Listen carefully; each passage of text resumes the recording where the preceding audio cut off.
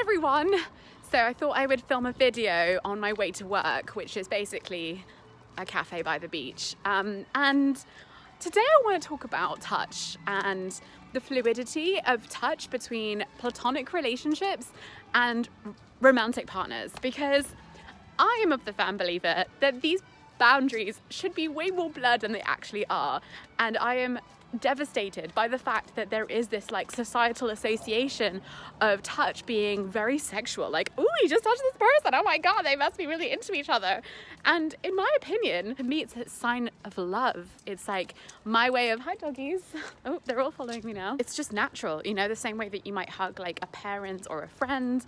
And I think the ways in which I try to normalize this oh my god, when I meet someone, I embrace them and I breathe really deeply until I can feel them relaxing. And I will notice some people might feel a bit uncomfortable or are pretty much done with the hug in a few seconds, and that's okay, but I will very rarely be the first person to release the hug.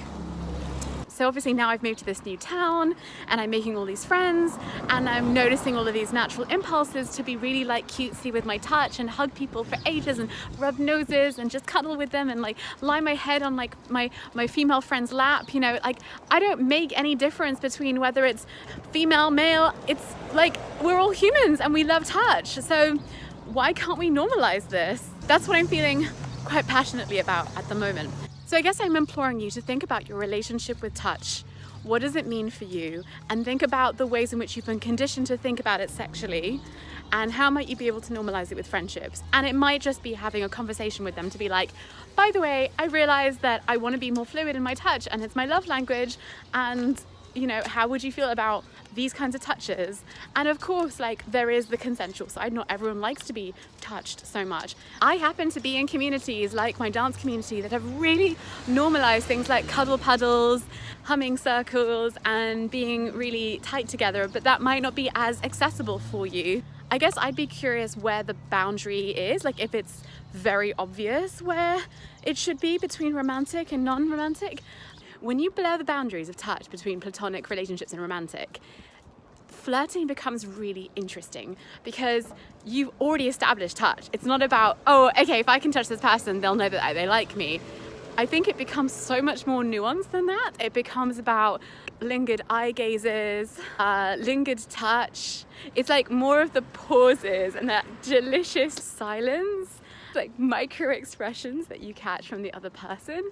It's the heightened awareness. I think that's where, to me, flirting comes in. Like, flirting isn't the touch.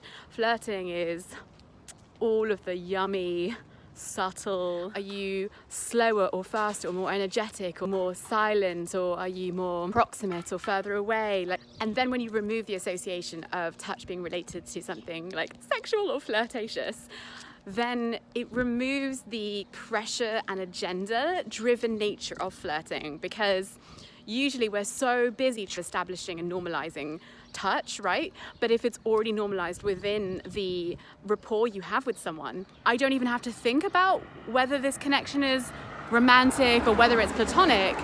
I'm just enjoying the connection, because I would be doing this if it was a romantic connection or a platonic one.